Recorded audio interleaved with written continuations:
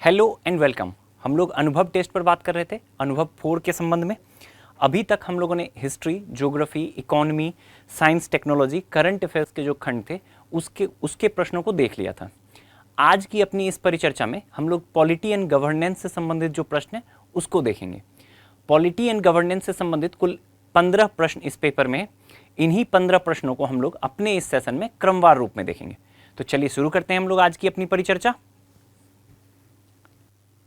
पहला प्रश्न, प्रश्न संख्या 1 आपके स्क्रीन पर है, देखिए। यहां 3 स्टेटमेंट दिया गया है, निम्नलिखित पर विचार कीजिए। संघ राज्य क्षेत्र लद्दाख को पूर्ववर्ती राज्य जम्मू और कश्मीर से पृथक करना, बिहार और झारखंड का विभाजन, उड़ीसा का नाम बदलकर ओडिशा करना।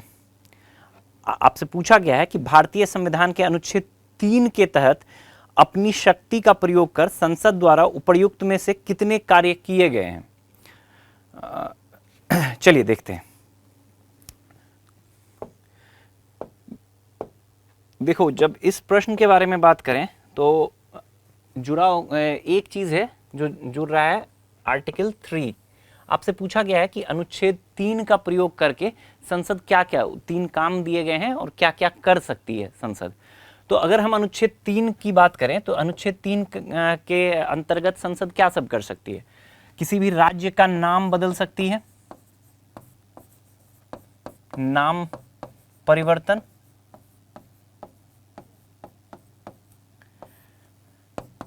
दूसरा नए राज्य का गठन कर सकती है,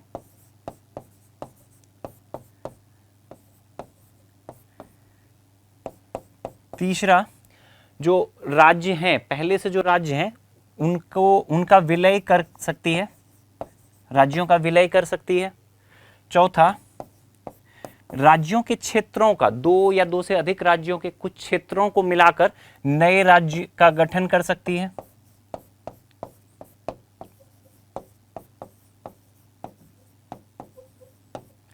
ठीक है। ये सारे कार्य जो हैं अनुच्छेद 3 के तहत संसद कर सकती है। अब अगर आपको इतनी बातें पता है तो ये प्रश्न आप आसानी से सही कर सकते हैं। पहला क्या है कि संघ राज्य क्षेत्र लद्दाख का जम्मू कश्मीर से पृथक करना। देखो, आगे हम बढ़ें इससे पहले ये वाला जो प्रश्न पूछा गया है आपसे, ये इसी के संदर्भ में पूछा गया है। सुप्रीम कोर्ट में एक याचिका दायर की गई थी, सुप्रीम कोर्ट का एक केस पेंडिंग था इस संबंध में कि लद्दाख का जो जम्मू कश्मीर से विभाजित करके लद्दाख को जो एक यूनियन टेरिटरी, संघ शासित प्रदेश बनाया गया, इसकी संवैधानिकता की जांच के लिए एक केस था सुप्रीम कोर्ट में। सुप्रीम कोर्ट ने इसकी संवैधानिकता को बहाल किया है, अर्थात कि जो लद्दाख का गठन है उसको संवैधानिक माना है एक यूटीज के रूप में। इसी कारण ये चर्चा में रहा, इसी से संबंधित यह जो अनुच्छेद है, अनुच्छेद 3, आपसे इसी संदर्भ में ये पूछा गया। क्लियर? तो जो करंट का कंटेक्स्ट है, जो करंट अफेयर्स का जो कंटेक्स्ट है इस प्रश्न का, उसको भी हमने देख लिया। तो ये वाला सही है। दूसरा, बिहार और झारखंड का विभाजन, नए राज्यों का विभाजन किया जा सकता है। उड़ीसा का नाम बदलकर ओडिशा करना, ये भी नाम में परिवर्तन किया जा सकता है। तो तीनों कार्य जो हैं ये कर सकती है संसद अनुच्छेद 3 के तहत। तो विकल्प सी जो है आपका सही उत्तर हो जाएगा। आसान प्रश्न था, बस इसमें जो करंट अफेयर्स का कंटेक्स्ट है उसको समझना जरूरी था। क्लियर? अगले प्रश्न पर बढ़ते हैं। अगला प्रश्न है राज्यसभा के संदर्भ में। 3 स्टेटमेंट दिए गए हैं। आपसे पूछा गया है राज्यसभा के संदर्भ में निम्नलिखित कथनों पर विचार कीजिए। पहला है, भारतीय संविधान के तहत राज्यसभा के सदस्यों की अधिकतम संख्या 250 निर्धारित की गई है। दूसरा है, राज्यसभा की सदस्यता के लिए अहरित व्यक्ति की आयु 35 वर्ष से कम नहीं होनी चाहिए। तीसरा है, चौथी अनुसूची के अनुसार जब किसी राज्य का विभाजन होता है तो उस राज्य की राज्यसभा की सीटें नए राज्यों के मध्य उनकी जनसंख्या के आधार पर विभाजित की जाती है। आपसे पूछा गया है कि कितने कथन इसमें से सही हैं। चलिए देखते हैं।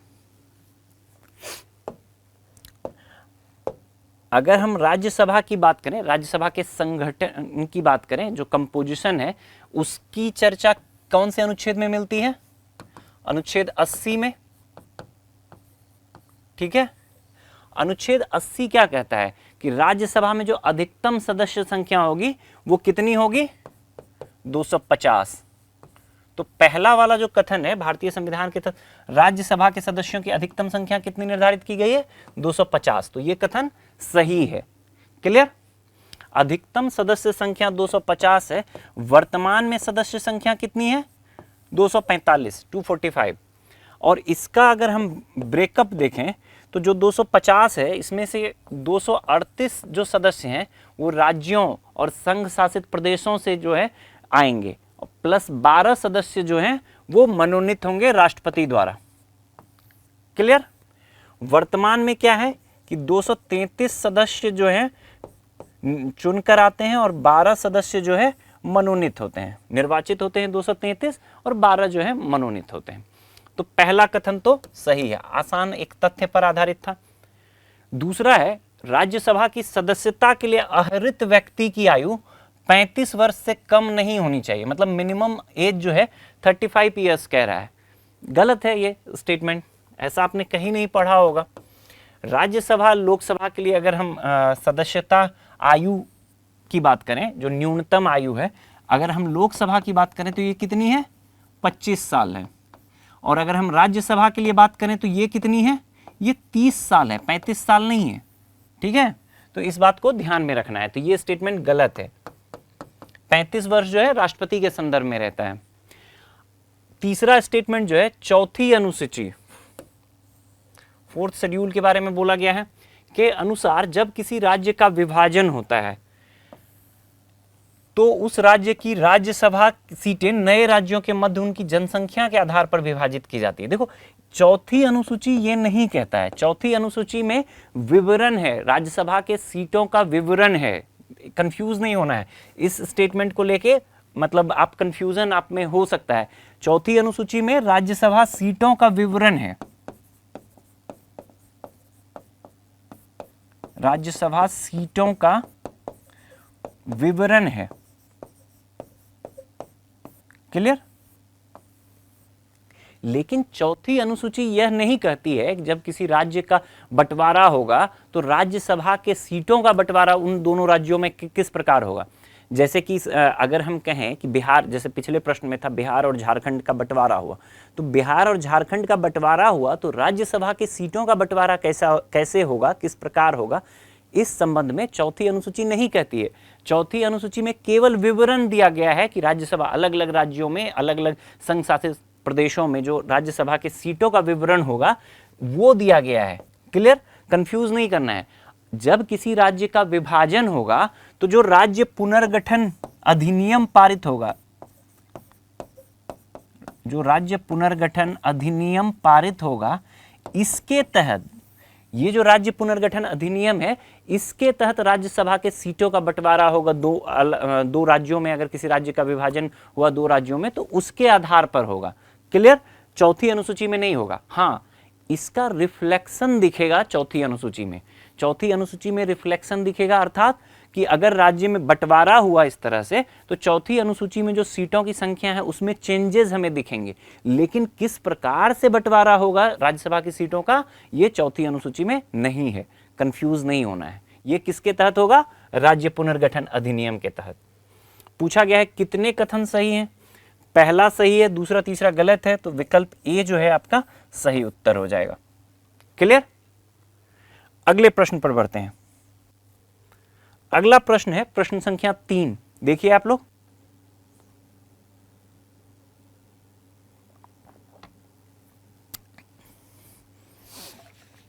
ये पूछा गया है जो सिटीजनशिप अमेंडमेंट एक्ट है 2019 का, उससे संबंधित है। नागरिकता संशोधन अधिनियम CAA 2019 के संदर्भ में निम्नलिखित कथनों पर विचार कीजिए। पहला कह रहा है कि जो देशीयकरण या नेचुरलाइजेशन द्वारा भारतीय नागरिकता प्राप्त करने के लिए आवश्यक कुल निवास अवधि को कुछ मामलों में 12 वर्ष से घटाकर 5 वर्ष कर दिया गया है। दूसरा है नागरिकता संशोधन अधिनियम 2019 के तहत नागरिकता प्राप्त करने के इच्छुक व्यक्ति के पास पाकिस्तान, बांग्लादेश या अफगानिस्तान का वैध पासपोर्ट होना चाहिए। और तीसरा है नागरिकता संशोधन अधिनियम 2019 के तहत योग्य आवेदकों को भारत में उनके प्रवेश की तिथि से पूर्वव्यापी नागरिकता प्रदान की जाएगी। आपसे पूछा गया है कि इसमें से कितने कथन सही हैं। चलो देखते हैं। देखो, जो नागरिकता संशोधन अधिनियम में काफी चर्चा में रहा है, CAA, इसी के प्रावधानों के संदर्भ में बात की गई है। इसमें प्रश्न पर आए उससे पहले हम लोग कुछ बेसिक बातों को समझ लेते हैं। देखो, अगर हम CAA की बात करें तो इसके तहत क्या किया गया है? इसके तहत प्रावधान किया गया है कि तीन देश कौन सा, जहां भारतीय मूल के, परंपरागत रूप से सब माना जाता है कि भारतीय उपमहाद्वीप में भारतीय मूल के लोग रहते हैं, ठीक। तो इसमें ये तीन देश हैं आपको, पाकिस्तान, अफगानिस्तान और बांग्लादेश। इन तीन देशों की 6 समुदाय कौन सब हैं? हिंदू, सिख, पारसी, बौद्ध, जैन और ईसाई। इन 6 जो समूहों, 6 धर्म के जो लोग हैं, 6 समूहों से जो आते हैं, इनमें से कोई किसी भी व्यक्ति को भारत की नागरिकता देने के लिए जो नागरिकता अधिनियम है 1955 का, उसमें प्रावधानों को में थोड़ी ढील दी गई है। इसी से संबंधित है ये। इतनी बेसिक बातें आपको पता होनी चाहिए। एक और चीज है, इसके लिए जो कट ऑफ डेट है ये 31 दिसंबर 2014 है। मतलब कि 31 दिसंबर 2014 तक या उससे पहले जो लोग भारत में वैध रूप से आए हैं, प्रवेश किए हैं, इन देशों के, ये 3 देश जो हैं, पाकिस्तान, अफगानिस्तान, बांग्लादेश, और इन 6 कम्युनिटी से आने चाहिए, हिंदू, सिख, पारसी, बौद्ध, जैन, ईसाई।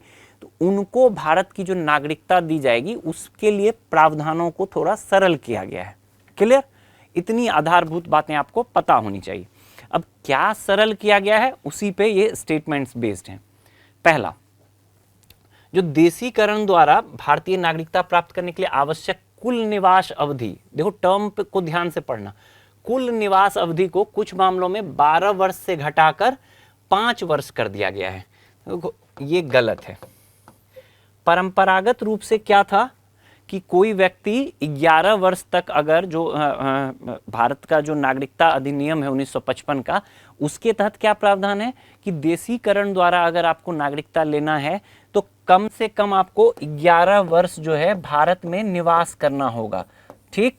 और इसके लिए जो है 11 वर्ष निवास करने के लिए, और जो इसके लिए आप पंजीकरण करवाएंगे देशीकरण के तहत जो नागरिकता के लिए, तो उससे पहले आपको 1 वर्ष जो है भारत में रहना होगा, ठीक। 1 वर्ष से आप कम से कम भारत में रह रहे होंगे, तभी जाकर आप ये कर सकते हैं। अगले 11 साल का अगर आपका निवास टोटल होता है तो आपको भारत की नागरिकता मिलेगी। तो कुल निवास अवधि कितना हो गया? 11 + 1 12 वर्ष, ठीक है। तो ये 12 वर्ष तो ठीक है कि कुल निवास अवधि जो पहले से था वो क्या था, 12 वर्ष था। अब क्या हो गया है, अब कह दिया गया है इसको कि 5 वर्ष, 11 के जगह पे इसको क्या कर दिया गया है, 5 वर्ष कर दिया गया है कि 5 वर्ष इन CAA के तहत इन कम्युनिटीज के लिए, इन देशों के इन कम्युनिटीज के लिए 5 वर्ष किया गया है। लेकिन ये जो आप अप्लाई कर सकते हैं इसके लिए नागरिकता के इस प्रावधान CAA के प्रावधान के तहत नागरिकता के लिए, उससे पहले आपको 1 वर्ष जो है भारत में रहना होगा, तभी आप ये अप्लाई कर सकते हैं। तो कुल निवास अवधि कितनी हो गई? 5 + 1 6 ईयर्स, 6 वर्ष हो गया। तो ये वाला जो है 5 वर्ष नहीं, ये 6 वर्ष होगा, ठीक है। इसी कारण ये वाला स्टेटमेंट जो है गलत है। तो ध्यान रखना है, काफी मतलब काफी माइन्यूट तथ्य पर ये दिया गया है स्टेटमेंट। दूसरा स्टेटमेंट देखो, नागरिकता संशोधन अधिनियम 2019 के तहत नागरिकता प्राप्त करने के इच्छुक व्यक्ति के पास पाकिस्तान, बांग्लादेश या अफगानिस्तान का वैध पासपोर्ट होना चाहिए। ये गलत है। देखो क्या हुआ, सीए के तहत जो पासपोर्ट अधिनियम है, और पासपोर्ट अधिनियम में भी रियायत दी गई है, यानी कि वैध पासपोर्ट नहीं है, भारत के द्वारा वीजा नहीं है, फिर भी मतलब जो है उनको नागरिकता दी जा सकती है। कोई भी प्रमाण पत्र अगर इन्होंने प्रस्तुत किया इन देशों से, जो ये 3 देश हैं, अफगानिस्तान, पाकिस्तान, बांग्लादेश का कोई शैक्षणिक संस्थान से प्राप्त प्रमाण पत्र प्रस्तुत किया, किसी अन्य प्रकार का जो लाइसेंस वगैरह है वो प्रस्तुत किया, तो इनको नागरिकता दी जा सकती है, बशर्ते कि ये अवैध रूप से एंट्री ना लिया हो इन्होंने भारत में। क्लियर? तो जरूरी नहीं है कि वैध पासपोर्ट हो ही। पासपोर्ट अधिनियम जो है 1920 का, उसमें भी संशोधन किया गया है इसके तहत। क्लियर? तो ये स्टेटमेंट भी गलत है। तीसरा स्टेटमेंट देखो, नागरिकता संशोधन अधिनियम 2019 के तहत योग्य आवेदकों को भारत में उनके प्रवेश की तिथि से पूर्व व्यापी नागरिकता, रेट्रोस्पेक्टिव सिटीजनशिप प्रदान की जाएगी।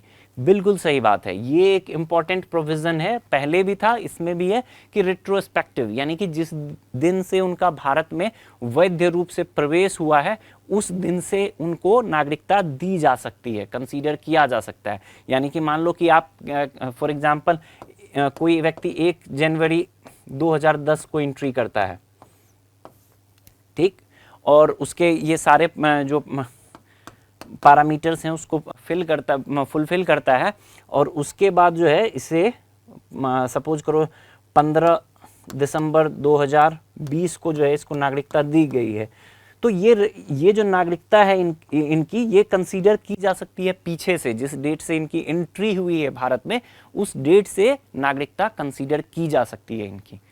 क्लियर? तो ये एक इंपॉर्टेंट प्रोविजन है, इसको भी ध्यान में रखिएगा, रेट्रोस्पेक्टिव सिटीजनशिप दी जा सकती है। पूछा गया है कितने कथन सही हैं, तो पहला दूसरा गलत है, केवल एक विकल्प ए जो है सही उत्तर हो जाएगा। क्लियर? अगले प्रश्न पर बढ़ते हैं। अगला प्रश्न है प्रश्न संख्या 4, देखिए।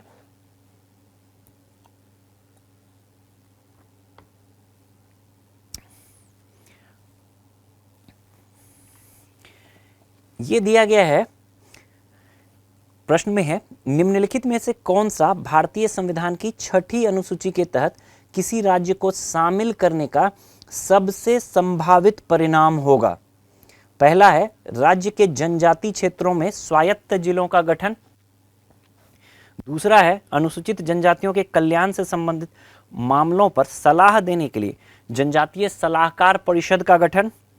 तीसरा है पंचायत उपबंध अनुसूचित क्षेत्रों तक विस्तार अधिनियम 1996 के प्रावधानों की प्रयोजनीयता, एप्लीकेबिलिटी। और चौथा है केंद्र प्रायोजित योजनाओं के लिए केंद्र द्वारा वित्त पोषण में वृद्धि। चलो देखते हैं।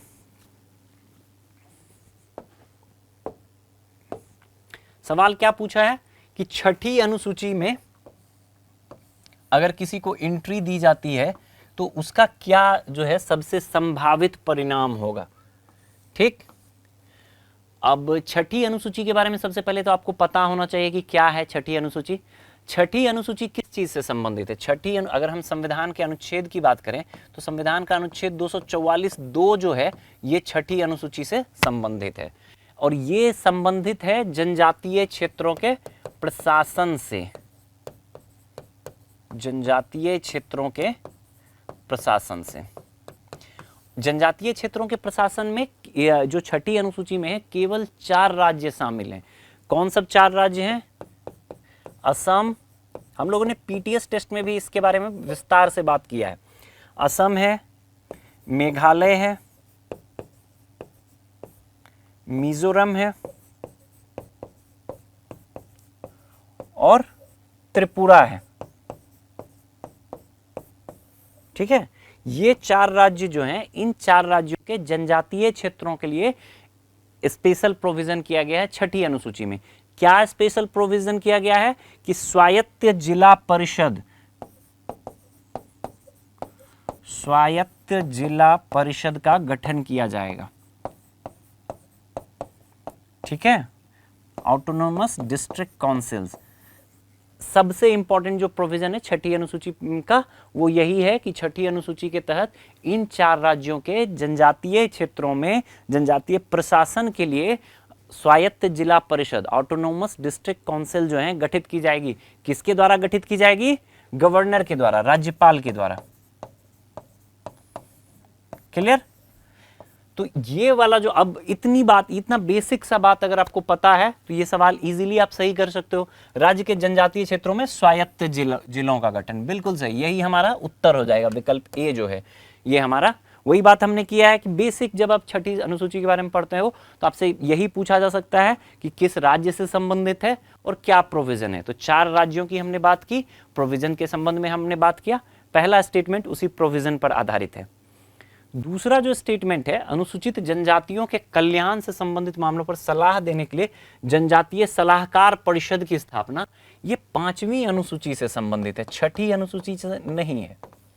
अक्सर हमें कंफ्यूजन होता है 5वीं और छठी अनुसूची के प्रावधानों को लेकर, तो एक बार क्विक रिवीजन करना है। 5वीं अनुसूची जो अनुसूचित क्षेत्र हैं, शेड्यूल्ड एरियाज हैं, उसके प्रशासन के लिए है, और जो छठी अनुसूची है 4 राज्यों के जनजातीय क्षेत्रों के प्रशासन से संबंधित है। क्लियर? कंफ्यूजन नहीं रखना है। और उसमें ऑटोनोमस डिस्ट्रिक्ट काउंसिल होगा और यहाँ पे जनजातीय सलाहकार परिषद होगा। पेशा का जो ये तीसरा जो विकल्प है, पेशा अधिनियम जो है 1996 का, इसका विस्तार भी ये किससे संबंधित है? 5वीं अनुसूची से संबंधित है, इसका छठी अनुसूची से संबंध नहीं है। क्लियर? तो ये दोनों तो 5वीं अनुसूची से हो गया। अंतिम स्टेटमेंट जो है, केंद्र प्रायोजित योजनाएं, सेंट्रल स्पॉन्सर्ड स्कीम जो है, उसके लिए सेंट्रल 2 तरह के स्कीम होते हैं। सेंट्रल सेक्टर स्कीम्स, जिसमें कि 100% अंशदान किसका होता है? केंद्र सरकार का होता है। और जो केंद्र प्रायोजित योजना है, सेंट्रल स्पॉन्सर्ड स्कीम है, वो कौन, उसमें क्या होता है? उसमें राज्य सरकार का भी होता है हिस्सा, और जो संघ की सरकार है उसका भी हिस्सा होता है। इसके लिए अलग अलग टाइप के मॉडल आपने सुन देख रखे होंगे। 50-50 का मॉडल होता है कि यानी कि आधा संघ सरकार को देना है, आधा राज्य सरकार को देना है। 60-40 का होता है, 75-25 का होता है, 90-10 का होता है। इस तरह के आपने मॉडल देखे होंगे सेंट्रल स्पॉन्सर्ड स्कीम के संदर्भ में। क्लियर? ये अगर हम इसका विभाजन देखें, इस प्रकार का जो केंद्र प्रायोजित योजनाओं के लिए है, ये आप अक्सर देखोगे कि जो सामान्य राज्य हैं उसके लिए, जो उत्तर पूर्व के राज्य हैं उसके लिए, हिमालयी राज्य जो हैं उसके लिए अलग अलग टाइप का होता है। इसका सीधा सीधा छठी अनुसूची से कोई संबंध नहीं है, कोई लेना देना नहीं है। ये जो है ओवरऑल राज्यों से संबंधित हैं कि इन पूरे उत्तर पूर्व के राज्यों के लिए एक तरह का मॉडल होता है, हिमालयी राज्यों के लिए एक तरह का मॉडल होता है, अन्य राज्यों के लिए एक तरह का मॉडल होता है। तो इन क्षेत्रों में, जनजातीय या अनुसूचित क्षेत्रों में जो है दिया जा सकता है इस प्रकार का जो सेंट्रल स्पॉन्सर्ड स्कीम है, उसके तहत केंद्र के वित्त पोषण में वृद्धि हो सकती है, बट ये छठी अनुसूची से संबंधित नहीं है। क्लियर? तो इस चीज को ध्यान में रखेंगे। एक चीज आपको सजेशन, यहाँ पे छठी अनुसूची और 5वीं अनुसूची चर्चा में आ गया है। क्यों चर्चा में आ गया है? क्या करंट कंटेक्स्ट है इसका? करंट कंटेक्स्ट है, लद्दाख द्वारा डिमांड किया गया है। क्या डिमांड किया गया है? कि उसे छठी अनुसूची में शामिल किया जाए। इसी कारण छठी अनुसूची एक बार फिर से चर्चा में आ गया है, महत्वपूर्ण हो जाता है। तुलनात्मक रूप से आप छठी अनुसूची और 5वीं अनुसूची के जो प्रावधान है उसको एक बार देख लें। एक इंपॉर्टेंट अंतर, जो अन्य महत्वपूर्ण अंतर है उसकी तो हमने यहाँ पे चर्चा कर ली। एक और महत्वपूर्ण अंतर ये है जिसको आप साथ के साथ ध्यान में रख सकते हैं कि राष्ट्रपति द्वारा जो 5वीं अनुसूची के तहत जो क्षेत्रों, अनुसूचित सलाहकार परिषद का गठन है, या 5वीं अनुसूची के तहत जो क्षेत्रों का ये होगा, चयन होगा, वो किसके द्वारा होगा? यहाँ ये राष्ट्रपति के द्वारा होगा। ठीक है, राष्ट्रपति के द्वारा 5वीं अनुसूची। ठीक है, लद्दाख द्वारा तो डिमांड किया गया है छठी अनुसूची का, राष्ट्रपति 5वीं अनुसूची का, और छठी अनुसूची किससे हो जाएगा? वो हो जाएगा आपको राज्यपाल। क्लियर? तो इतनी बातें आपको ध्यान में रखनी है। अगले प्रश्न पर बढ़ते हैं। अगला प्रश्न है प्रश्न संख्या 5। देखिए आप लोग,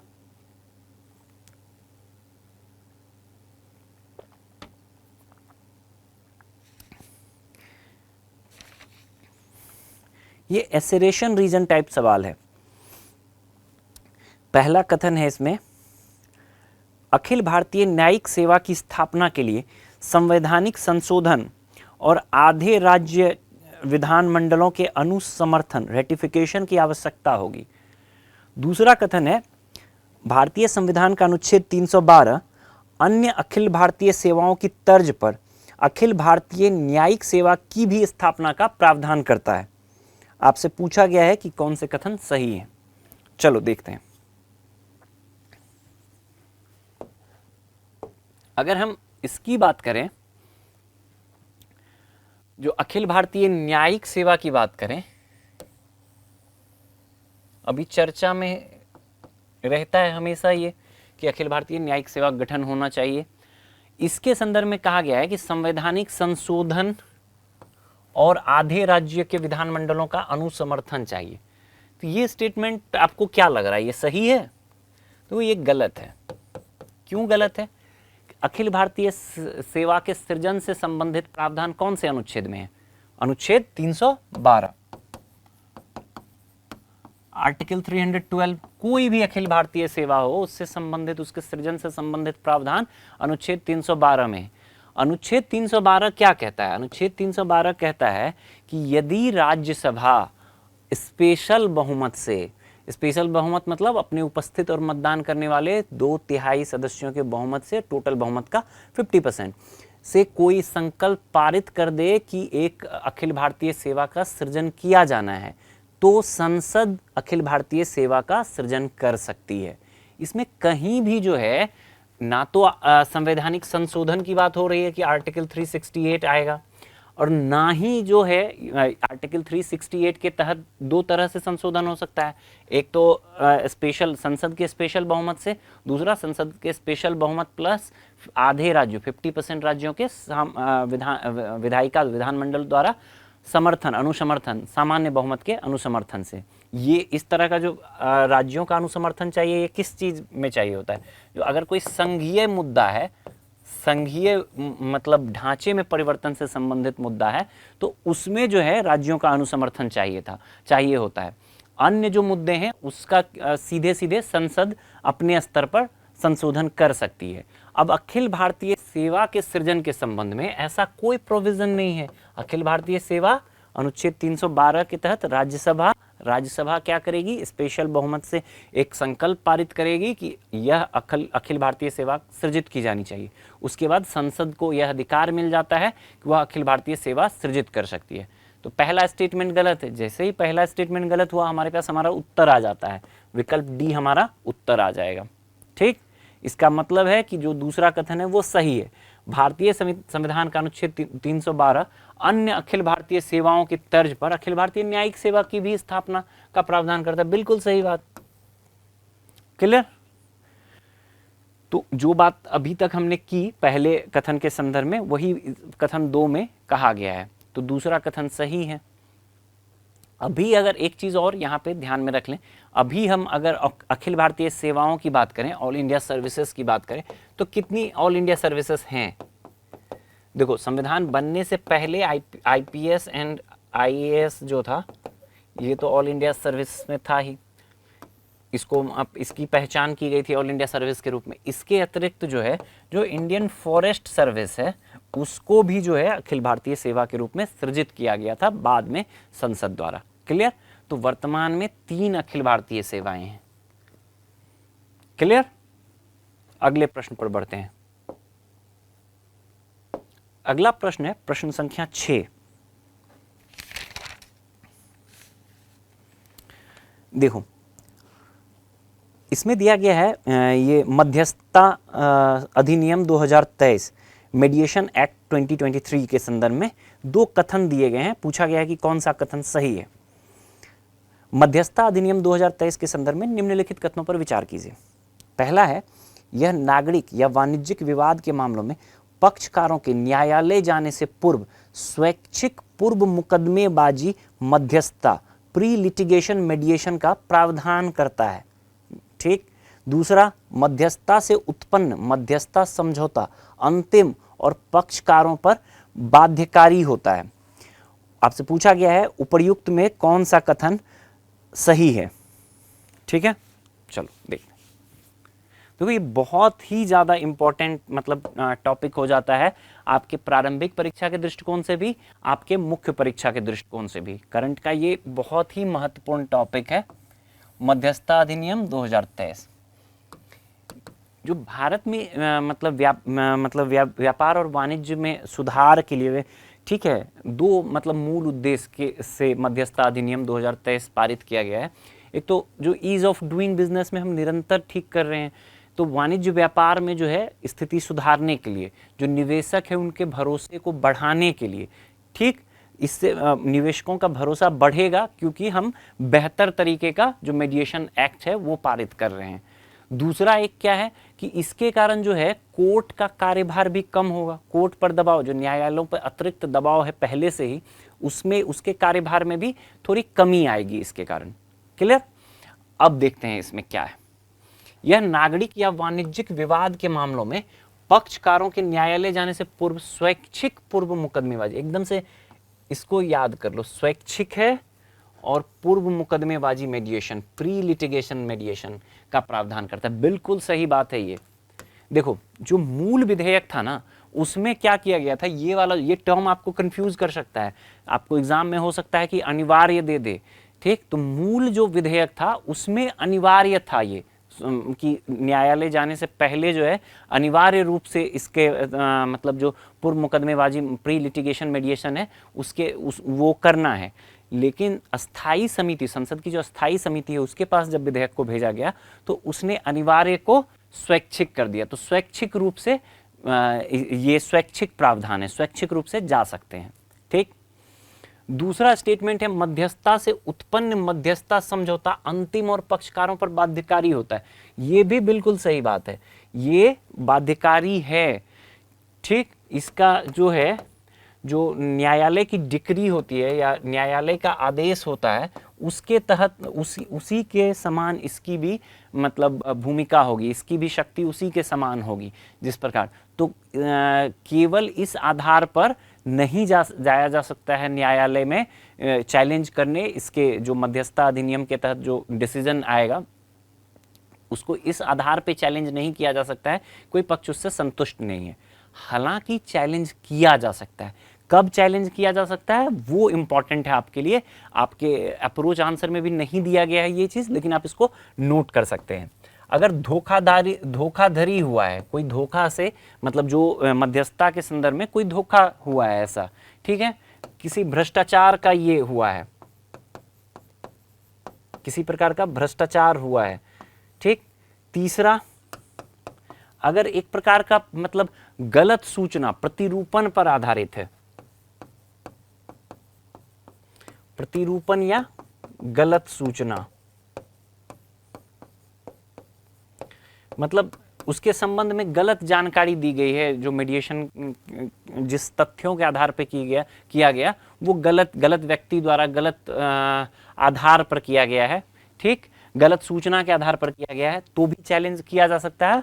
और चौथा होगा कि मीडिएशन उन चीज़ों के लिए किया गया है जो अलाउड नहीं, मतलब जो इस मध्यस्थता अधिनियम के तहत मध्यस्थता के लिए मध्यस्थता अलाउ नहीं था, उसमें मध्यस्थता की अनुमति नहीं थी, उसके आधार पर भी इसको चैलेंज किया जा सकता है। आमतौर पर केवल मध्यस्थता के निर्णय से असंतुष्ट होने के आधार पर कोई पक्ष कोर्ट नहीं जा सकता है, चैलेंज नहीं कर सकता है। इसको चैलेंज कैसे कर सकता है, तो इन आधारों पर कि धोखाधड़ी के कोई प्रमाण है, मध्यस्थता में जो प्रोसेस हुआ उसमें कोई धोखाधड़ी हुआ है, भ्रष्टाचार का कोई प्रमाण है, या गलत सूचना, गलत व्यक्ति द्वारा गलत सूचना के आधार पर किया गया है, या मध्यस्थता जिसके लिए अलाउड नहीं था, अनुमति नहीं थी मध्यस्थता अधिनियम में, उस पर मध्यस्थता किया गया, तो उस केस में जो है इसको चैलेंज किया जा सकता है। इस पॉइंट को जरूर ध्यान में रखिएगा, ठीक।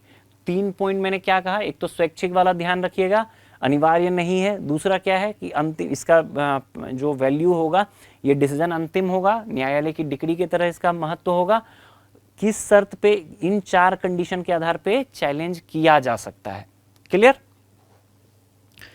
चलो, तो दोनों स्टेटमेंट सही है और उत्तर क्या हो जाएगा, विकल्प सी।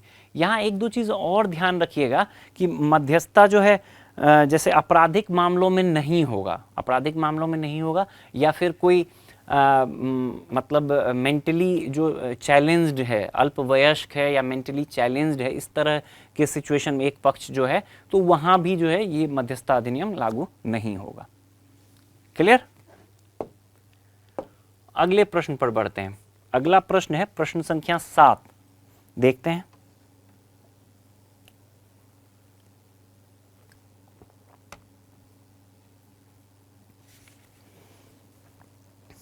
पढ़िए। भारतीय संविधान के संदर्भ में निम्नलिखित कथनों पर विचार कीजिए। पहला, राष्ट्रपति के निर्वाचन के लिए निर्वाचक मंडल। दूसरा, संविधान में संशोधन की प्रक्रिया। तीसरा, द्विसदनीय संसद। चौथा, अखिल भारतीय सेवाएं। आपसे पूछा गया है उपर्युक्त संवैधानिक प्रावधानों में से कितने प्रावधान यह दर्शाते हैं कि भारतीय संघवाद की प्रकृति एक सशक्त केंद्र के पक्ष में झुकी हुई है। चल देखते हैं।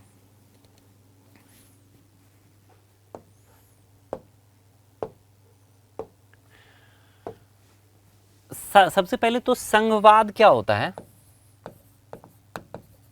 अगर हम संघवाद कहें, संघवाद कहता है, अगर हम सैद्धांतिक रूप से संघवाद की परिभाषा जाएं तो शक्ति का जो है या शक्ति का विभाजन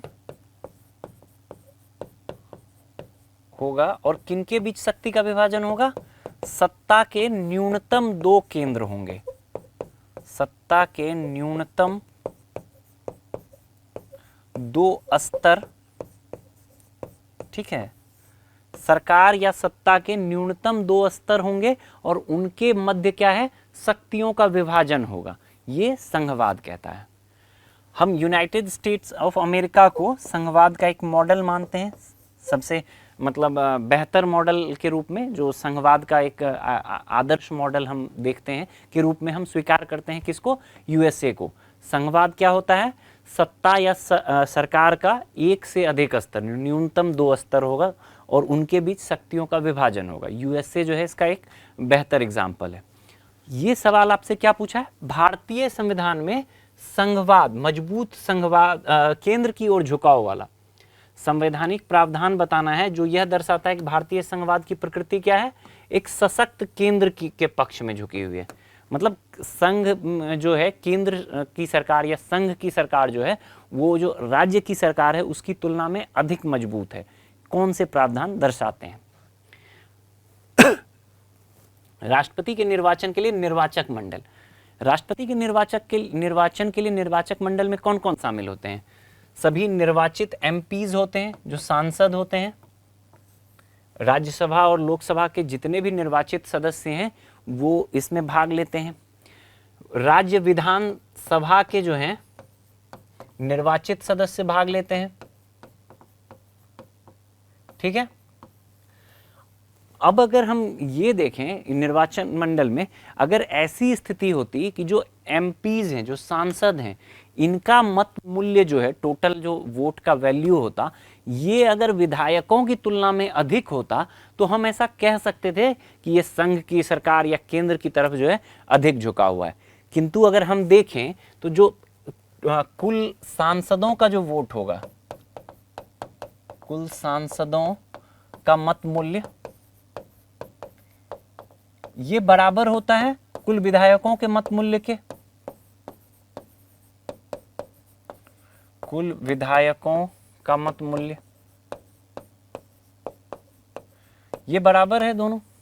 अगर ये बराबर है तो हम कैसे कह सकते हैं कि राष्ट्रपति का निर्वाचक मंडल जो है ये सशक्त केंद्र की ओर झुकाव वाला प्रावधान है? बिल्कुल नहीं है। यहाँ एक चीज और ध्यान रखना है, कंफ्यूज नहीं होना है। यदि हम एक सांसद के मत मूल्य की बात करें, एक सांसद का मत मूल्य जो है ये हमेशा ज्यादा होता है किससे? एक विधायक के मत मूल्य से। लेकिन हम टोटल सांसद और टोटल विधायक के मत मूल्य की बात करें तो वो बराबर होता है। तो ये वाला जो स्टेटमेंट है, ये वाला जो है पहला जो स्टेटमेंट है, ये तो गलत है। ये मजबूत संघ की ओर, मजबूत केंद्र की ओर झुकाव को नहीं दर्शाता है। दूसरा है संविधान में संशोधन की प्रक्रिया। ये आसान है, ये बिल्कुल संविधान में संशोधन की प्रक्रिया एक तरह से कहें तो संसद जो है वो अधिकांश संविधान के अनुच्छेद 368 के तहत संसद के जो संसद द्वारा जो है संविधान के अधिकांश भागों को अकेले जो है संशोधित किया जा सकता है। और कुछ मामलों में तो ऐसा है कि जो बिना 368 के प्रावधानों के भी संविधान के कई सारे भागों को में संशोधन किया जा सकता है। हालांकि वो अनुच्छेद 368 के तहत संशोधन नहीं कहलाता, बट संविधान के जो प्रावधान है उसमें परिवर्तन कर सकती है संसद। दूसरा, 368 के प्रावधानों के तहत भी संसद परिवर्तन कर सकती है। तो अधिकांश भाग तो संसद अकेले कर सकती है परिवर्तन। केवल बहुत कम पार्ट हैं, बहुत कम प्रावधान है संविधान के। विशेषकर कौन से प्रावधान हैं? जो संघवाद से जुड़े हुए हैं या संघीय प्रकृति को प्रभावित करने वाले, संघीय प्रकृति को जो प्रभावित करने वाले प्रावधान हैं, उसमें जो है राज्यों का अनुसमर्थन चाहिए होता है, वो भी आधे राज्यों का।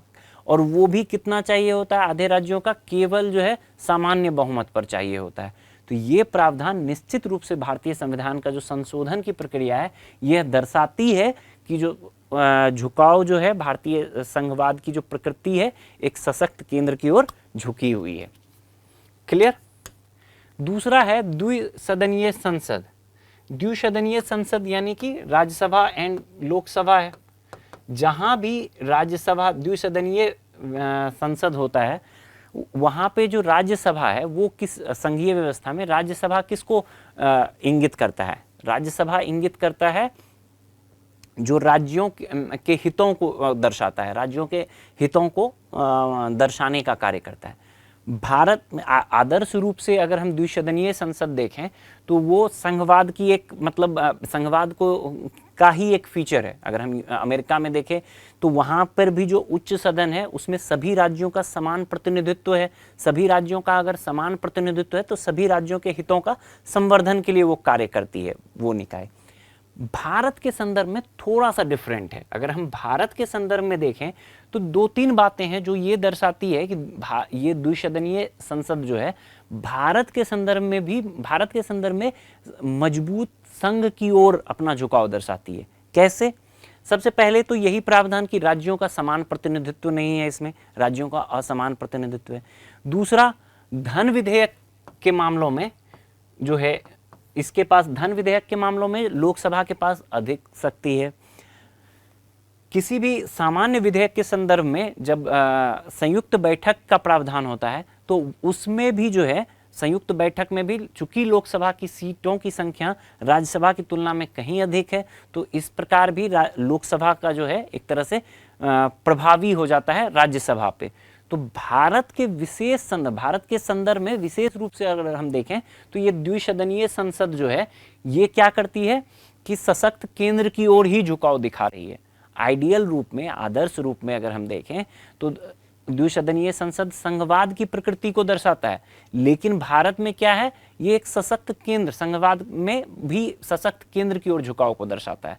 तो थोड़ा कंफ्यूजन है इसमें, लेकिन ये कंफ्यूजन इसको जरूर ध्यान में रखिएगा, इस तरह से कंफ्यूज नहीं होना है। भारत के स्पेसिफिक संदर्भ में क्या कर रहा है, ये सशक्त केंद्र की ओर झुकाव दर्शा रहा है। चौथा जो है अखिल भारतीय सेवाएं, ऑल इंडिया सर्विसेज। हमने पहले भी बात किया है ऑल इंडिया सर्विसेज के बारे में। ऑल इंडिया सर्विसेज क्या होता है? इसका जो नियुक्ति होगा, चयन होगा, नियुक्ति होगा, ट्रेनिंग होगा, ये सारा काम कौन करता है? संघ की सरकार के द्वारा किया जाता है। और काम कहाँ करते हैं? ये राज्यों में करते हैं। तो एक प्रकार से अक्सर आप देखोगे भारतीय संघवाद में एक टसल बना रहता है ऑल इंडिया सर्विसेज को लेके राज्यों और संघ के बीच में। तो ऑल इंडिया सर्विस भी झुकाव किसके तरफ दर्शाता है? संघ की तरफ। क्यों? कि इसकी चयन, नियुक्ति, ट्रेनिंग सारा चीज कौन करेगा? संघ करेगा। काम कहाँ करेंगे? राज्यों में करेंगे। और अंतिम इस पर अधिकार जो होगा ऑल इंडिया सर्विस के अधिकारियों पर, वो भी किसके पास होगा? संघ की सरकार पे, क्योंकि इनको बर्खास्त भी केवल संघ की सरकार के स्तर पर ही किया जा सकता है, राज्य के सरकार के स्तर पर नहीं किया जा सकता है। और ये हमेशा से एक भारतीय संघ और राज्यों के बीच में एक विवाद का भी कारण रहता है। तो ये भी क्या दर्शा रहा है? मजबूत संघ को दर्शा रहा है। पूछा है कितना, तो एक पहला वाला नहीं है, बाकी सारा है। तो विकल्प सी जो है हमारा सही उत्तर हो जाएगा। क्लियर? अगले प्रश्न पर बढ़ते हैं। अगला प्रश्न है प्रश्न संख्या 8। देखिए आप लोग, इसमें दिया गया है किसी राज्य के राज्यपाल के संदर्भ में निम्नलिखित कथनों पर विचार कीजिए। 4 कथन दिए गए हैं।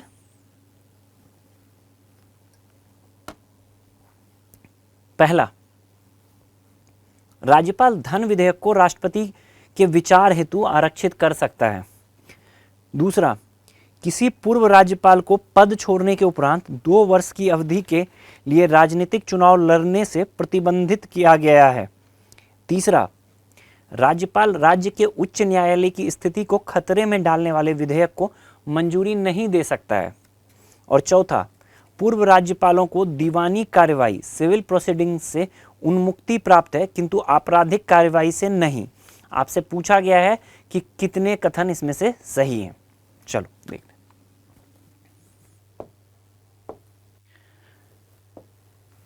पहला जो राज्यपाल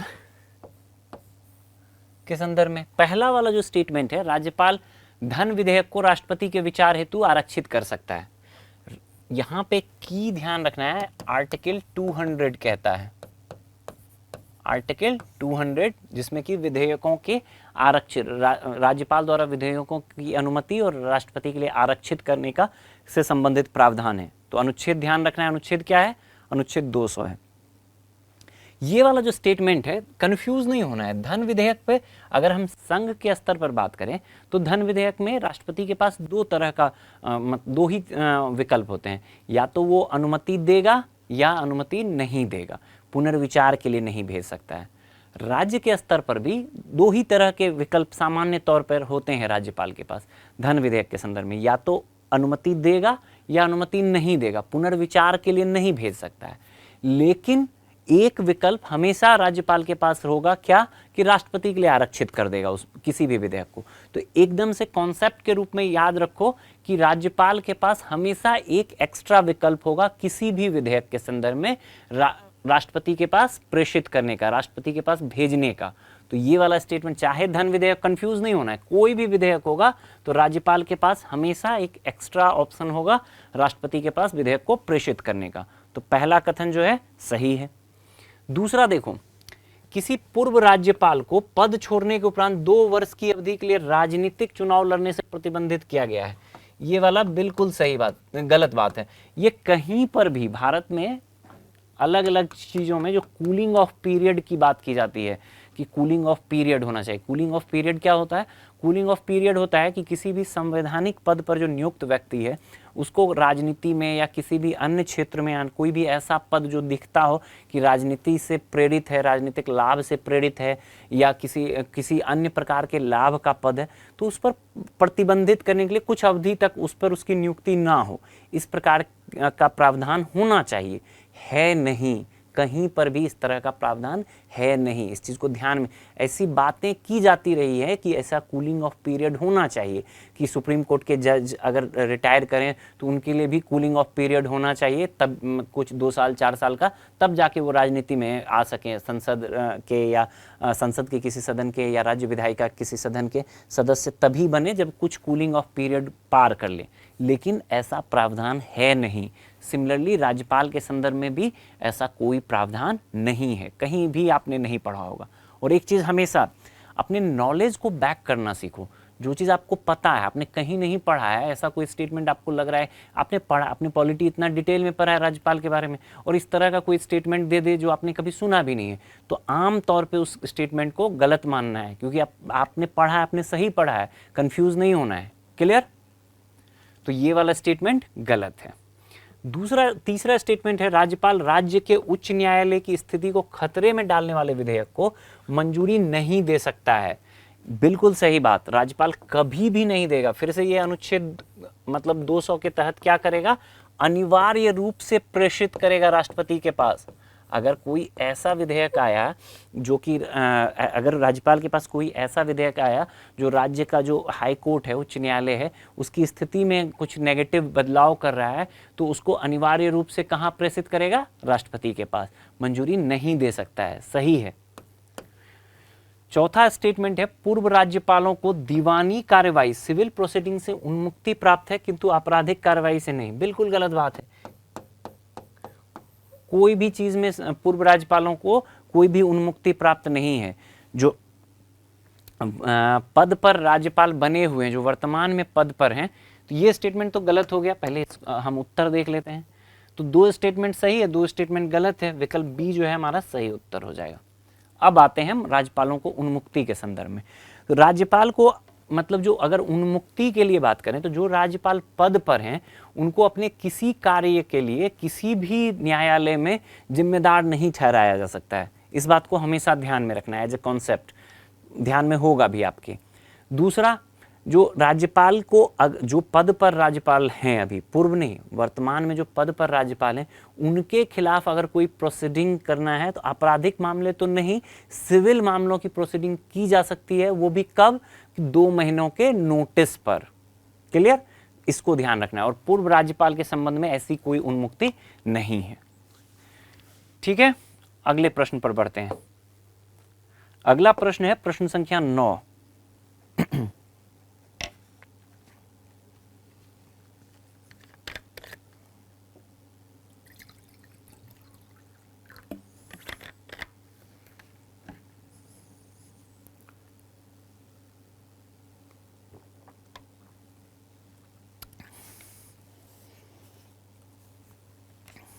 देखिए, ये है भारत में संघ राज्य क्षेत्र यूनियन टेरिटरीज के संदर्भ में निम्नलिखित कथनों पर विचार कीजिए। प्रत्येक संघ राज्य क्षेत्र को राष्ट्रपति द्वारा नियुक्त प्रशासक के माध्यम से प्रशासित किया जाता है। विधानसभा वाले संघ राज्य क्षेत्र के मुख्यमंत्री की नियुक्ति राष्ट्रपति द्वारा की जाती है। संसद को किसी भी संघ राज्य क्षेत्र के किसी भी विषय पर विधि निर्माण की शक्ति प्राप्त है। आपसे पूछा गया है कि कौन से कथन सही हैं। चलो देखते हैं। देखो, ये भी एक इम्पॉर्टेंट कॉन्सेप्ट है यूनियन टेरिटरीज वाला। पिछले कुछ वर्षों से लगातार चर्चा में रहा है और प्रारंभिक और मुख्य परीक्षा दोनों ही दृष्टिकोण से आपके लिए महत्वपूर्ण होता है। तो आप इसको ध्यान में रखना है। विशेषकर दिल्ली के संदर्भ में जो स्थिति उत्पन्न होती है उसके कारण क्या हुआ है कि ये हमेशा चर्चा में रहता है। मुख्य परीक्षा में आप देखोगे पिछले 5 वर्षों में 2 बार दिल्ली से संबंधित जो प्रावधान रहे हैं, जो एक प्रकार का विवाद चलता रहा है, उससे जुड़ा प्रश्न आपसे पूछा लिया गया है यूपीएससी मेंस में। प्रीलिम्स के दृष्टिकोण से भी काफ़ी महत्वपूर्ण है। सबसे पहले तो अगर हम यूटीज के लिए आर्टिकल्स की बात करें तो 239 से 241 जो है, अनुच्छेद 239 से 241 यूनियन टेरिटरीज से संबंधित प्रावधान है। उसके बाद अगर हम 1-2 और आर्टिकल की बात करें, 239 ए जो है दिल्ली के संबंध में स्पेशल प्रावधान करता है। इसको भी आप ध्यान में रखेंगे। आते हैं अब इसके संदर्भ में कि पहला कथन जो कह रहा है प्रत्येक संघ राज्य क्षेत्र को राष्ट्रपति द्वारा नियुक्त प्रशासक के माध्यम से प्रशासित किया जाता है। बिल्कुल सही बात। प्रशासक होता है, कहीं पे उसको एलजी कह रहे होते हैं, कहीं प्रशासक कहते हैं। ठीक है। दूसरा है विधानसभा वाले संघ राज्य क्षेत्र में कि मुख्यमंत्री की नियुक्ति राष्ट्रपति द्वारा की जाती है। बिल्कुल सही बात, राष्ट्रपति द्वारा नियुक्ति की जाती है। दिल्ली वाला आप एग्जाम्पल देख सकते हो। 2 ही अभी वर्तमान में अगर हम बात करें तो टोटल यूनियन टेरिटरीज की संख्या कितनी है? 8। ठीक है, ध्यान में रखेंगे 8 नाम। दूसरा कि अभी वर्तमान में अगर हम बात करें तो कितने यूनियन टेरिटरीज में जो है विधायिका का प्रावधान है या विधानसभा है, तो 2 में है विधायिका या विधानसभा, पुदुचेरी में और दिल्ली में। यहाँ पे जो मुख्यमंत्री होंगे उनकी नियुक्ति राष्ट्रपति द्वारा की जाती है। बिल्कुल सही बात। तीसरा है संसद को किसी भी संघ राज्य क्षेत्र के किसी भी विषय पर विधि निर्माण की शक्ति प्राप्त है। बिल्कुल सही बात, स्पेशल प्रोविजन है ये, एकदम मतलब कंफ्यूज नहीं होना है इसमें। संसद राज्य सूची के किसी भी विषय पर कानून बना सकती है। किसके संदर्भ में? यूनियन टेरिटरीज के संबंध में। और राज्य सूची के विषय पर कानून बना सकती है। साथ ही साथ आपको एक चीज़ यहाँ पे ध्यान में रखना है कि जो विधायिका वाले यानी कि विधानसभा वाला यूनियन टेरिटरीज है, पुडुचेरी और दिल्ली, ये भी राज्य सूची और समवर्ती सूची पर कानून बना सकता है। अंतर थोड़ा सा पुडुचेरी और दिल्ली में ये है जिसको आप ध्यान में रखेंगे। पुडुचेरी जो है वो किसी भी राज्य सूची और समवर्ती सूची के विषय पर कानून बना सकता है। दिल्ली भी किसी भी राज्य सूची और समवर्ती सूची के विषय पर कानून बना सकता है। अपवाद, 3 अपवाद क्या हैं? पब्लिक ऑर्डर, ठीक है, लॉ एंड ऑर्डर वाला जो स्थिति है, पब्लिक ऑर्डर। दूसरा जो है भूमि से संबंधित, और तीसरा जो है पुलिस। ये तीन जो हैं दिल्ली के पास, दिल्ली की राज्य सरकार के पास नहीं है, इसके संबंध में कोई भी राइट नहीं है। तो इसको भी आप साथ के साथ ध्यान रखेंगे। अपवाद है पुडुचेरी और दिल्ली में। पुडुचेरी में इस तरह का कोई अपवाद नहीं है, दिल्ली के संदर्भ में इस प्रकार का अपवाद है। क्लियर? तो पूछा गया है कितने कथन सही हैं? तीनों कथन सही हैं। विकल्प सी जो है आपका सही उत्तर हो जाएगा। क्लियर? अगले प्रश्न पर बढ़ते हैं।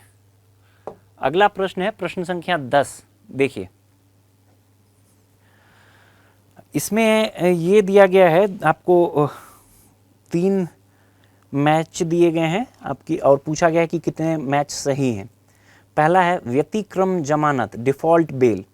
जांच एजेंसी द्वारा समय पर आरोप पत्र, चार्जशीट दायर करने में विफल रहने पर अभियुक्त को दी गई अस्थायी रिहाई। ठीक है।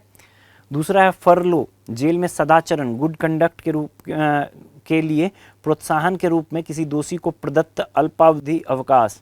और तीसरा है पेरोल, पारिवारिक और सामाजिक दायित्वों को पूरा करने के लिए किसी दोषी की अस्थायी रिहाई। आपसे पूछा गया है कि कितने युग्म इसमें से सही हैं। ठीक है, चलो देखते हैं। सबसे पहले तो पहला वाला जो है डिफॉल्ट बेल की अगर हम बात करें,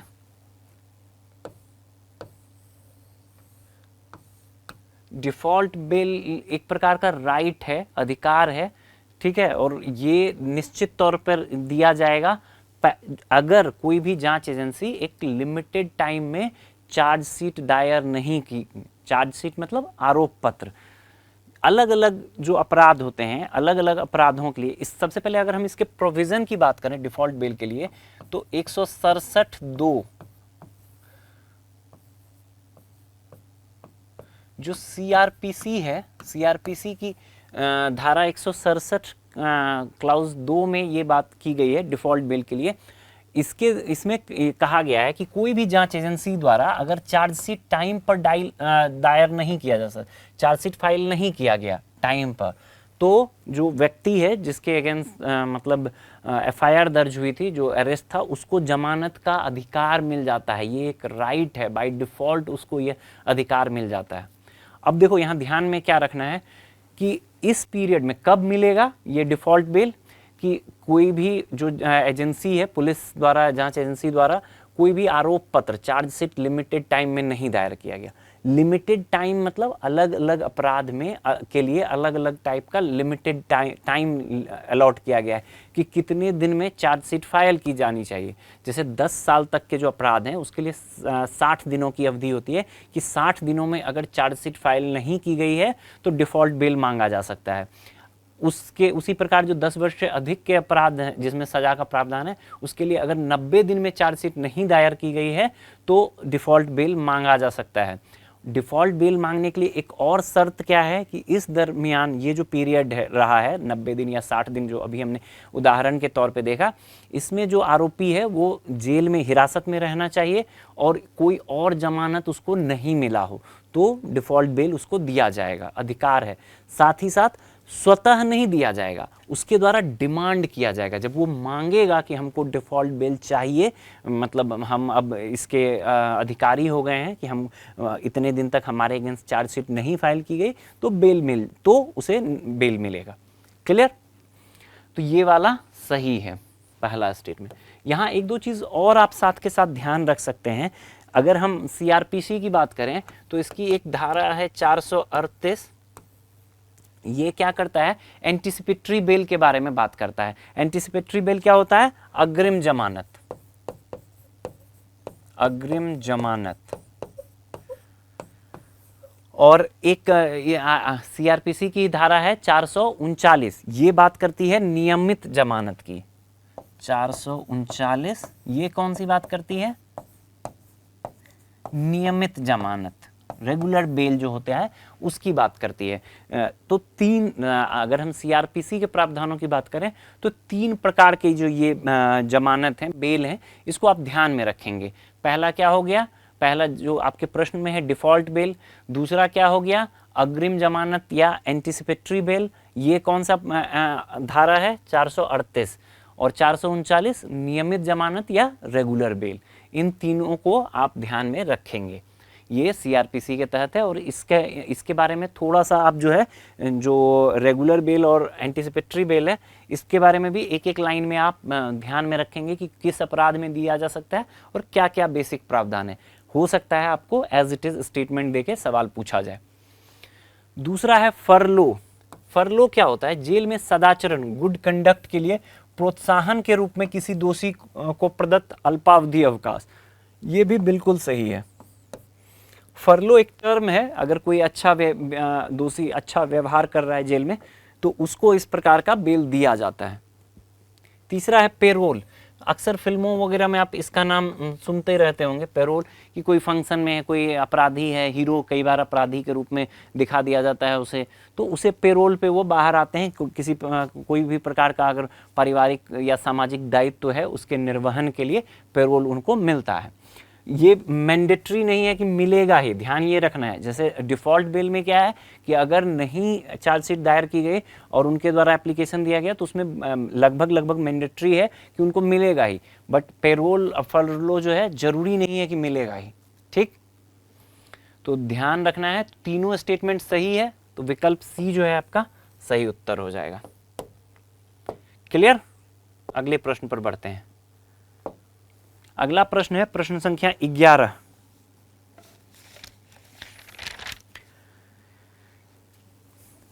ये एक बार फिर से काफी महत्वपूर्ण, प्रारंभिक परीक्षा के लिए भी और मुख्य परीक्षा के लिए भी, जो भारतीय न्याय संहिता है ना उससे संबंधित है और काफी ज्यादा महत्वपूर्ण है आपके परीक्षा के दृष्टिकोण से, तो इसको काफी डिटेल में जरूर स्टडी कर लीजिएगा। चलिए प्रश्न देखते हैं।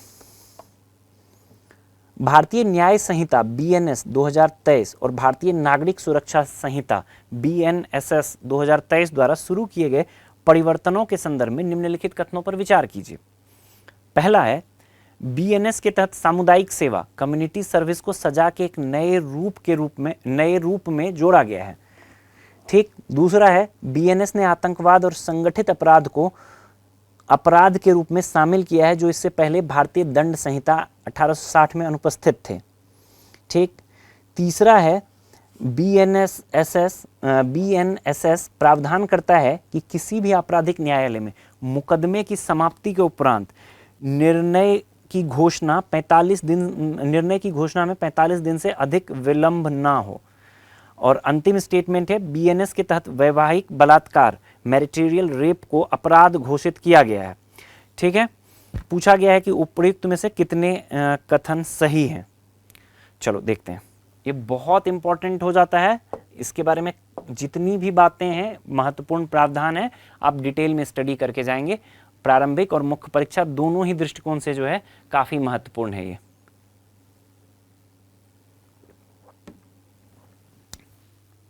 जो भारतीय न्याय संहिता है बीएनएस, ये कह रहा है बीएनएस के तहत सामुदायिक सेवा कम्युनिटी सर्विस को सजा के एक नए रूप के रूप में जोड़ा गया। बिल्कुल सही बात। देखो, अगर आप कुछ हॉलीवुड फिल्में या विदेशों के प्रावधान देखेंगे तो वहाँ पे आपको कम्युनिटी सर्विस के रूप में सजा दी जाती है। छोटे मोटे अगर कोई अपराध करते हैं, जैसे ट्रैफिक लाइट वायलेशन, इस तरह की कोई चीज़ें होती हैं, तो उसके बदले उनको जो है कम्युनिटी सर्विस के रूप में सजा दी जाती है।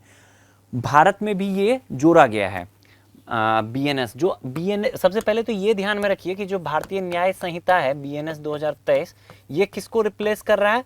ये रिप्लेस करेगा आईपीसी, जो भारतीय दंड संहिता 1860 है उसको ये रिप्लेस कर रहा है। दूसरा, जो पहला स्टेटमेंट है, समुदाय कम्युनिटी सर्विस को एक सजा के एक फॉर्म के रूप में जोड़ा गया है। ये आईपीसी में नहीं था, ये बीएनएस में है। यहाँ ये ध्यान में रखना है कि जो कम्युनिटी सर्विस है इसको डिफाइन नहीं किया गया है यहाँ पे कि कम्युनिटी सर्विस क्या होगा, कम्युनिटी सर्विस में क्या शामिल होगा और इसको कैसे प्रशासित किया जाएगा। ठीक है, इसके बारे में कोई बात नहीं करता है। सिर्फ क्या कहा गया है कि कम्युनिटी सर्विस होगा, और कम्युनिटी सर्विस होगा सजा के रूप में। और किस प्रकार के अपराधों के लिए? तो कुछ कैटेगरी बताई गई है कि जैसे 5,000 से कम मूल्य का कोई चोरी किया गया है तो उसमें कम्युनिटी सर्विस हो सकता है। जैसे कि नशे की हालत में एक और भी मतलब इसमें ये बताया गया कि नशे की हालत में अगर कोई सार्वजनिक स्थल पर कुछ उत्पाद मचाता है, हंगामा करता है, तो वहाँ भी कम्युनिटी सर्विस के रूप में सजा दी जा सकती है। एक और चीज़ बात की गई है कि कई बार क्या होता है कि जैसे किसी सिविल सर्वेंट को मतलब उसके काम करने में बाधा करने के लिए एक प्रकार से आत्महत्या वगैरह की धमकी दी जाती है लोगों द्वारा, तो वहाँ भी जो है कम्युनिटी सर्विस एज ए सजा के रूप में प्रावधान किया जा सकता है। क्या है अगर स्टेटमेंट ये दे कि कम्युनिटी सर्विस की बात की गई सजा के रूप में और विस्तार से इसकी मतलब इसका प्रावधान भी किया गया, विस्तार से इसको परिभाषित किया गया है, तो ये गलत हो जाएगा। परिभाषित नहीं किया गया है, क्या है, क्या होगा, कैसे प्रशासित होगा, ऐसी कोई बात नहीं की गई है। सिर्फ क्या बात की गई है कि एक सजा के एक प्रावधान के रूप में कम्युनिटी सर्विस होगा। क्लियर? दूसरा देखो, बीएनएस ने आतंकवाद और संगठित अपराध को अपराध के रूप में शामिल किया है जो पहले भारतीय दंड संहिता में अनुपस्थित था। बिल्कुल सही बात, एज इट इज इसको याद रख लो। अपराध और आतंकवाद दोनों को, संगठित अपराध और आतंकवाद दोनों को इसमें शामिल किया गया है। संगठित अपराध में बताया गया है कि मतलब जो छोटे मोटे चोरी होते हैं उससे लेकर बड़े तस्करी जो ग्रुप में की जाती है, पॉकेटमारी का जो, उसको भी संगठित अपराध के रूप में शामिल किया गया है। और जो बड़े बड़े तस्करी होते हैं ट्रेडिशनली, उसको भी संगठित अपराध के रूप में शामिल किया गया है, परिभाषित किया गया है अच्छे से, और शामिल भी किया गया, आईपीसी में नहीं था। इसी प्रकार आतंकवाद भी जो था आईपीसी में नहीं था। यहाँ आतंकवाद को भी परिभाषित किया गया है कि देश की एकता अखंडता के सुरक्षा के संदर्भ में अगर कोई कृत्य किया जाता है तो आतंकवाद होगा। साथ ही साथ जो है लोगों में भय उत्पन्न करने के लिए भी अगर कोई कृत्य किया जाता है तो वो भी आतंकवाद होगा। तो ये बिल्कुल सही बात है। एक चीज़ और आप यहाँ पे ध्यान में रख लेंगे कि मॉब लिंचिंग की भी बात की गई है, इसमें लिंचिंग की भी बात की गई है। मॉब लिंचिंग में के संदर्भ में कहा गया है कि अगर जाति, विश्वास, लिंग, इस तरह जाति, विश्वास, निर्जाति, क्षेत्र, भाषा, लिंग आदि के आधार पर यदि 5 या 5 से अधिक लोगों के द्वारा किसी की हत्या की जाती है या फिर गंभीर रूप से घायल किया जाता है तो वहाँ ये मॉब लिंचिंग वाला जो प्रावधान है ये इसमें लागू होगा। क्लियर? तीसरा स्टेटमेंट जो है बीएनएसएस का प्रावधान करता है कि किसी भी आपराधिक न्यायालय में मुकदमे, ये भी बहुत इंपॉर्टेंट है कि 45 जब ये हर चीज़ के लिए एक टाइम बाउंड मैनर में एक निर्धारित समय का प्रावधान करता है कि निश्चित समय में किसी भी मामले की सुनवाई हो सके। त्वरित कार्रवाई को बढ़ावा देने के लिए ये सारे प्रावधान किए गए हैं कि चार्जशीट समय पे दायर हो, कंप्लेन समय पे रजिस्टर्ड हो, चार्जशीट दायर करने के बाद मजिस्ट्रेट के सामने जो उपस्थित करने के लिए, सब चीज़ों के लिए, और जब पूरी सुनवाई हो जाए तो उसके 45 दिन के भीतर जो है जो भी केस का ये होगा निर्णय होगा वो 45 दिन के भीतर जो है सुनवाई के बाद करना अनिवार्य किया गया है। ये सारी चीज़ें किस लिए है? ताकि ओवरऑल जो प्रक्रिया हो वो काफ़ी त्वरित हो, फास्ट ट्रैक करने के लिए किया गया। चौथा जो स्टेटमेंट है, तीसरा स्टेटमेंट सही है। चौथा स्टेटमेंट बीएनएस के तहत वैवाहिक बलात्कार, मैरिटरियल रेप को अपराध घोषित किया गया है। ये गलत है, इसको ध्यान में रखना है, ये गलत है। इस प्रकार का सुझाव किसने दिया था मैरिटरियल रेप के बारे में? वर्मा समिति ने। आपको ध्यान में होगा निर्भया केस के बाद वर्मा समिति का गठन किया गया था। 2013 में इन्होंने अपनी रिपोर्ट दी थी वर्मा समिति ने। वर्मा समिति में वैवाहिक बलात्कार को नहीं, वर्मा समिति ने सिफारिश की थी 2 चीज़ों की, बलात्कार को लिंग तटस्थ करने के लिए और वैवाहिक बलात्कार को शामिल करने के लिए। तो इसको नहीं शामिल किया गया है बीएनएस में। साथ ही साथ यहाँ पे ध्यान रखना है बलात्कार और यौन अपराधों से जितने भी प्रावधान थे वो आईपीसी के प्रावधानों को ही शामिल किया गया है इसमें। क्लियर? तो ये यहाँ पे कंफ्यूज नहीं होना है। पूछा है कितने कथन सही हैं, तो 3 कथन सही हैं। विकल्प सी जो है आपका सही उत्तर हो जाएगा। क्लियर? अगले प्रश्न पर बढ़ते हैं। अगला प्रश्न है प्रश्न संख्या 12। देखिए आप लोग,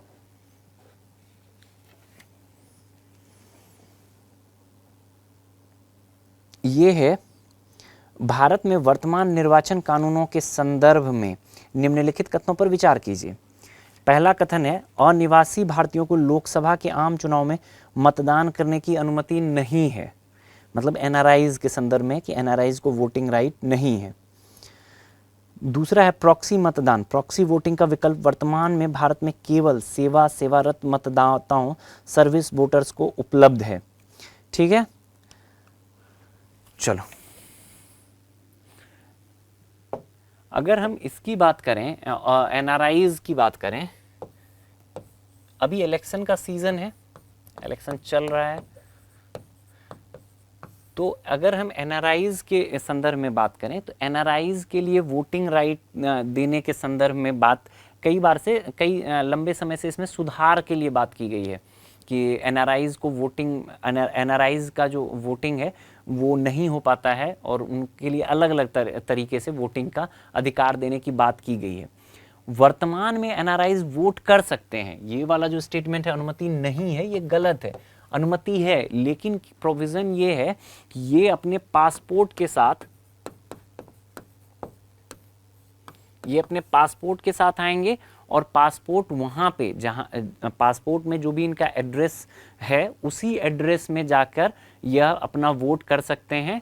जिस भी मतदाता सूची, मतदाता क्षेत्र में इनका नाम है, इनके पासपोर्ट में जो एड्रेस है वहाँ ही वोट कर सकते हैं और फिजिकली खुद प्रेजेंट होकर वोट कर सकते हैं।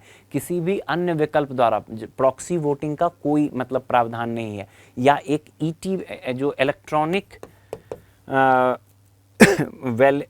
ईटी बैलेट पेपर वाला ETBPS, electronic transferable ballot paper system, ETBPS के तहत जो है इनके द्वारा मांग की जा रही है कि इलेक्ट्रॉनिक ट्रांसफरेबल जो बैलेट पेपर है उनके तहत ये वोट कर सके या इंटरनेट के तहत वोट कर सके।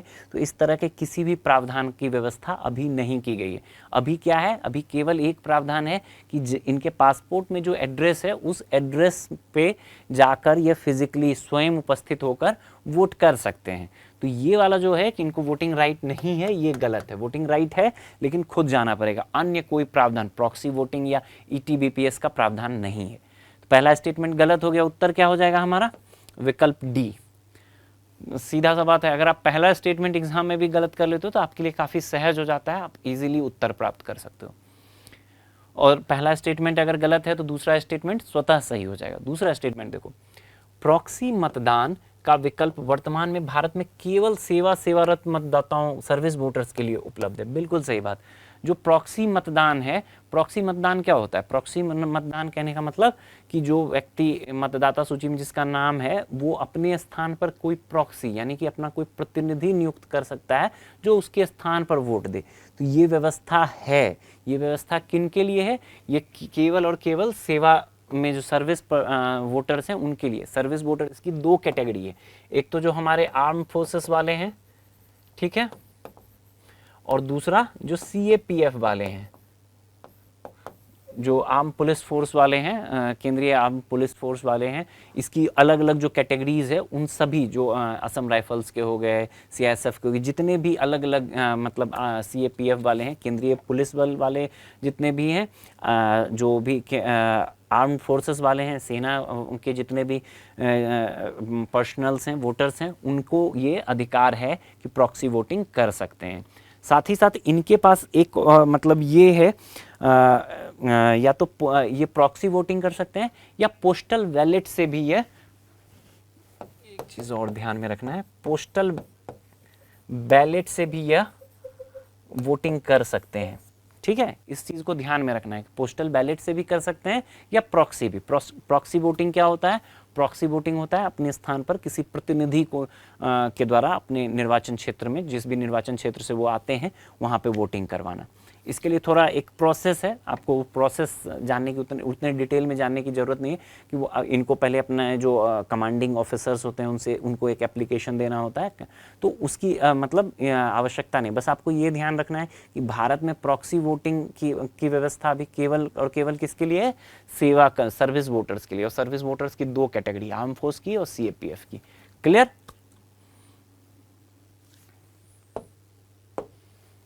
अगला प्रश्न है प्रश्न संख्या 13। देखिए, यह है, एक राज्य सरकार महिलाओं के लिए पंचायत सीटों में 50% आरक्षण अनिवार्य करने वाला कानून बनाना चाहती है। निम्नलिखित में कौन इस क्रिया को सक्षम बनाता है? पहला है 73वें संवैधानिक संशोधन अधिनियम के अंतर्गत एक विशिष्ट प्रावधान, उच्चतम न्यायालय द्वारा विशाखा बनाम राजस्थान राज्य मामले में दिए गए निर्णय में महिलाओं के लिए पंचायतों में आरक्षण प्रतिशत निर्धारित किया जाना, और तीसरा है राज्य सरकारों की विवेकाधीन शक्तियां डिस्क्रिशनरी पावर्स ही पंचायतों में महिलाओं का प्रतिनिधित्व सुनिश्चित करने का एकमात्र आधार है। पूछा गया है कि आपसे कितने कथन सही हैं। चलो देखते हैं। अगर हम पंचायतों में महिला आरक्षण की बात करें तो पंचायतों में महिला आरक्षण जो 73वां संविधान संशोधन है, जिससे कि पंचायतों को क्या हुआ, संवैधानिक दर्जा प्राप्त हुआ। 73वें संवैधानिक संशोधन में 1/3 सीट जो है आरक्षित किया गया है, किसके लिए, महिलाओं के लिए। ये तो मैंडेटरी है। इसके बाद ये कहा गया कि राज्य सरकारें जो है वो अपने हिसाब से इस महिला आरक्षण के दायरे को बढ़ा सकती है। तो कई राज्यों ने जो है इसको क्या किया है, बढ़ाकर 50% किया है। क्लियरली, तो क्लियर है। इससे क्या हुआ कि जो पहला स्टेटमेंट है 73वें संवैधानिक संशोधन अधिनियम के अंतर्गत एक विशिष्ट प्रावधान, ये बिल्कुल सही बात है। 73वें संविधान संशोधन के प्रावधान के तहत ही तो ये बात की गई है कि महिलाओं के लिए जो है 50% आरक्षण किया जा सकता है पंचायतों में। एक तिहाई सीट तो निश्चित रूप से आरक्षित करना होगा, ये तो मैंडेटरी है। इससे ऊपर का जो आरक्षण है 50% का अगर रिजर्वेशन है, जो कि अब वर्तमान में अधिकांश राज्यों में, तो वो कौन कर सकता है, वो राज्य सरकार को ये अधिकार दिया गया है। और जो 73वें संवैधानिक संशोधन अधिनियम है, इसी के प्रावधान के तहत राज्य सरकार को यह अधिकार दिया गया। क्लियर, तो ये वाला तो सही है। दूसरा जो कह रहा है विशाखा गाइडलाइंस, जो विशाखा गाइडलाइंस है, विशाखा गाइडलाइंस का पंचायत में आरक्षण से तो कुछ लेना देना नहीं है। सिंपली आप इसको एलिमिनेट कर सकते हो। विशाखा गाइडलाइन क्या है, विशाखा गाइडलाइन कार्यस्थल पर यौन उत्पीड़न से रोकथाम के लिए है। कार्यस्थल पर यौन उत्पीड़न की से रोकथाम, और ये 1997 में आया था, सुप्रीम कोर्ट का निर्णय है ये। क्लियर, तो ये वाला तो होगा नहीं।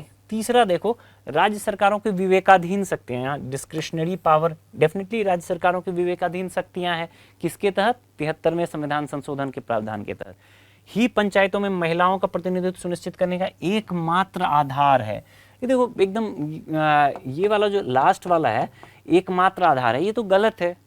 राज्य सरकारों के पास डिस्क्रिशनरी पावर दिए गए हैं किसके तहत, 73वें संवैधानिक संशोधन के तहत, 73वें संवैधानिक संशोधन के प्रावधानों के तहत। तो विवेकाधीन राज्य सरकार के पास है ये अधिकार कि 50% तक रिजर्वेशन को बढ़ा सकता है, लेकिन उसके लिए ये एकमात्र राइट नहीं है, मतलब एकमात्र आधार नहीं है। इसके लिए आधार क्या है, मूल आधार क्या है, 73वां संवैधानिक संशोधन। तो ये भी गलत है। सही उत्तर क्या हो जाएगा, 2 गलत हैं, तो विकल्प ए, केवल 1। क्लियर। अगला प्रश्न है प्रश्न संख्या 14। देखिए, निम्नलिखित कथनों में से कौन सा से भारत में राष्ट्रीय मानवाधिकार आयोग NHRC और राष्ट्रीय महिला आयोग NCW की शक्तियों की सीमाओं का सही वर्णन करता है? 2 स्टेटमेंट दिए गए हैं। पहला, NHRC के निर्णय केवल अनुशंसात्मक रिकमेंडरी हैं और सरकार उन्हें लागू करने के लिए बाध्य नहीं है। दूसरा है, NCW को घरेलू हिंसा के ऐसे मामले की जांच करने का अधिदेश नहीं, मैंडेट नहीं होगा जहां पति सरकारी अधिकारी है। आपसे पूछा गया है कि कौन सा कथन इसमें से सही है। चलो देखते हैं। देखो, सबसे पहले तो आपको ये पता होना चाहिए कि जो राष्ट्रीय मानवाधिकार आयोग है, जब भी हम किसी आयोग के बारे में पढ़ें, और 2 आयोग हैं इसमें, राष्ट्रीय मानवाधिकार आयोग और राष्ट्रीय महिला आयोग, ये दोनों क्या है, जब भी किसी के बारे में पढ़ें तो हमको ये पता होना चाहिए कि ये संवैधानिक है, सांविधिक है या संवैधानेतर है। तो ये जो है, ये दोनों क्या है, स्टैट्यूटरी बॉडी है, सांविधिक निकाय है। ठीक है। जो NHRC है, इसका गठन कब किया गया? इसका गठन 1993 में किया गया, और जो NCW है राष्ट्रीय महिला आयोग है, इसका गठन कब किया गया? इसका गठन 1992 में किया गया। ठीक है, अब आते हैं स्टेटमेंट। इतनी बेसिक बातें आपको पता होनी चाहिए।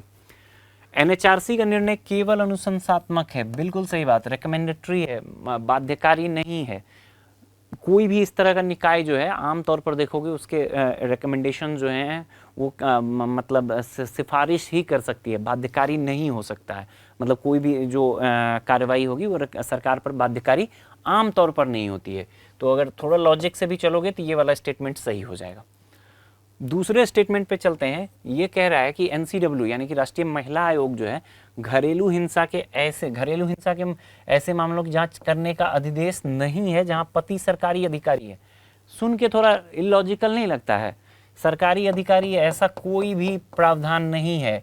घरेलू हिंसा से मामलों में जो है NCW के पास अधिकार है और वो उससे इस बात से कोई फर्क नहीं पड़ता है कि जो घरेलू हिंसा में संलग्न व्यक्ति है उसके पेशे से कोई फर्क नहीं पड़ रहा है, किस पेशा से है इस बात का कोई प्रभाव नहीं पड़ेगा।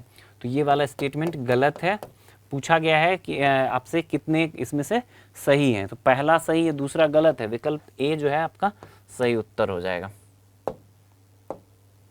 प्रश्न संख्या 15, अंतिम प्रश्न है हमारे इस पॉलिटी वाले सेशन का। यहां देखो इसमें दिया गया है 15 अगस्त 1947 के बाद भारत का हिस्सा बनने वाले निम्नलिखित क्षेत्रों पर विचार कीजिए। सिक्किम, मणिपुर, गोवा, दमन और दीव, दादरा और नगर हवेली। आपसे पूछा गया है कि इसमें से इसका जो है काल क्रमानुसार जो है इसको सजाना है कि भारत के साथ जो इनका एकीकरण हुआ उस दृष्टिकोण से आपको इसको सजाना है, जो जिस प्रकार से भारत में इनका विलय हुआ। ठीक है, चलो देखते हैं। देखो ये सवाल पूछा इसलिए गया है ना आपसे क्योंकि मणिपुर की हिंसा के बाद मणिपुर का जो विलय है वगैरह वगैरह वो भी उसके संबंध में काफ़ी डिटेल में न्यूज़ आए, तो उससे जोड़कर आपको ये सवाल पूछ लिया गया है। तो अगर हम मणिपुर के विलय की बात करें तो सबसे पहले 1949 में मणिपुर का ही विलय हुआ भारत में और 1972 में जो है इसको राज्य का दर्जा मिला।